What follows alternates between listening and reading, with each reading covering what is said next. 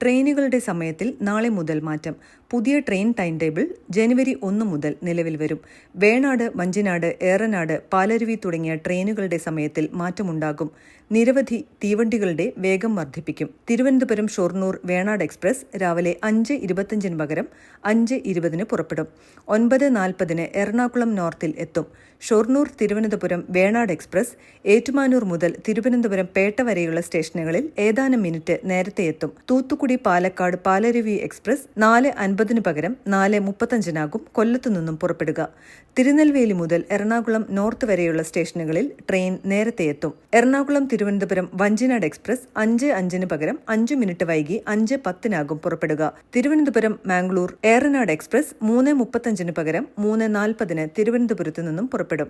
രാവിലെ 6:50 കൊല്ലം തിരുവനന്തപുരം പാസഞ്ചർ 6:58 പുറപ്പെടുക. കൊച്ചുവേളി നാഗർകോവിൽ പാസഞ്ചർ ഉച്ചയ്ക്ക് 1:40 പകരം 1:25 പുറപ്പെടും.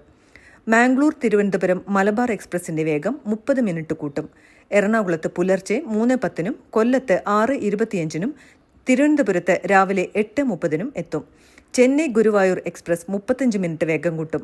രാവിലെ 9:45 പകരം 10:20 ട്രെയിൻ ചെന്നൈയിൽ നിന്നും പുറപ്പെടുക.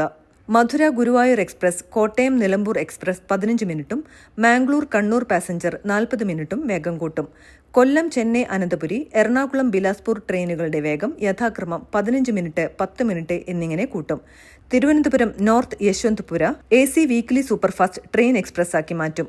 തിരുവനന്തപുരം മധുര അമൃത എക്സ്പ്രസ് രാമേശ്വരത്തേക്ക് നീട്ടുന്നത് പുതിയ പാമ്പൻ പാലം കമ്മീഷൻ ചെയ്ത ശേഷമേ പ്രാബല്യത്തിൽ വരികയുള്ളൂ.